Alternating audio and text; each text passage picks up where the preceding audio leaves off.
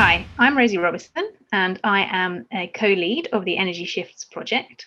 I am a principal research fellow at the Global Sustainability Institute at Anglia Ruskin University in the UK. This is a short video about how you can make your energy technology project more innovative by including a range of ideas from across the social sciences and humanities, and in particular, ideas that go wider than just social acceptance. And why might you be interested in this? Well, as for the Horizon 2020 programme, there is a commitment to continue mainstreaming the social sciences and humanities across the Horizon Europe clusters, such as the Cluster 5 on energy, mobility and climate. And that means that if you want to run an energy project within one of these framework programs, there's a degree of expectation that you will include consideration of social and human dimensions in your project. And you can certainly help your project stand out by doing this. Now, many energy technology projects, when they want to introduce social elements, they just add on a social acceptance work package at the end. And the idea being is that once you've designed your technology solution, you test it out with real people. But in this video, I'm going to give you 3 ideas of new angles you can take that go beyond just having a social acceptance work package at the end of your project. And those 3 ideas are early participation of stakeholders, looking at community approaches, and also thinking about new actors beyond just the consumer or end user. But firstly, what is social acceptance? This refers to the support that there is for new technologies, so renewable energy technologies or smart energy technologies.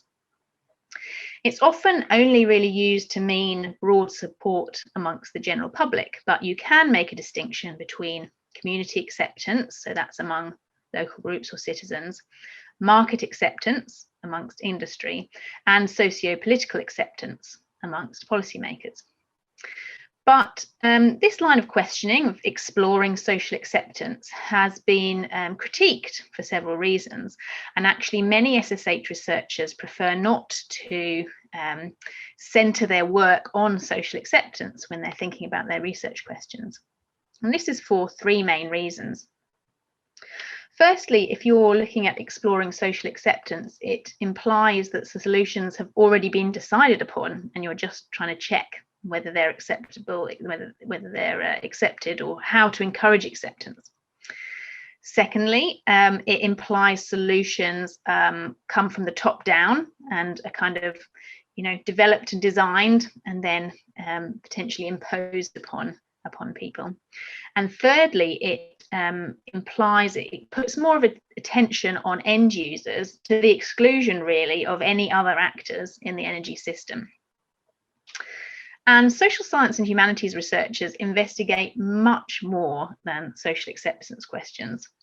And if you're wondering what these wider areas are, this is where the Energy Shifts project can help.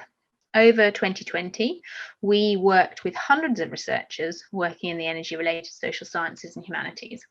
And one of the key outputs we produced was 4 horizon scans.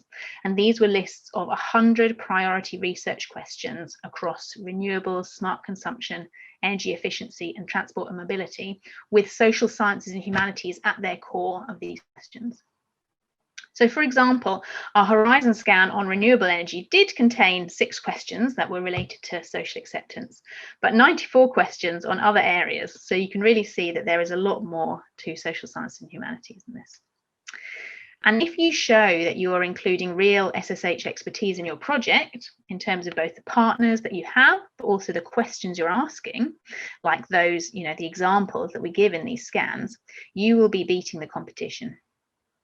So I said at the start of this video, I was going to give you 3 ideas about how to go beyond social acceptance. So what are they? So idea 1, don't do all of your research work designing your energy solutions before you include people. That means involving people from the very start of your research, and this may be in quite participatory ways. So instead of considering acceptance at the end, you would be including an interest in people's visions and needs from the very start of the process and from your research project. Idea 2, instead of considering sort of more top-down solutions, make sure you include considerations of bottom-up approaches.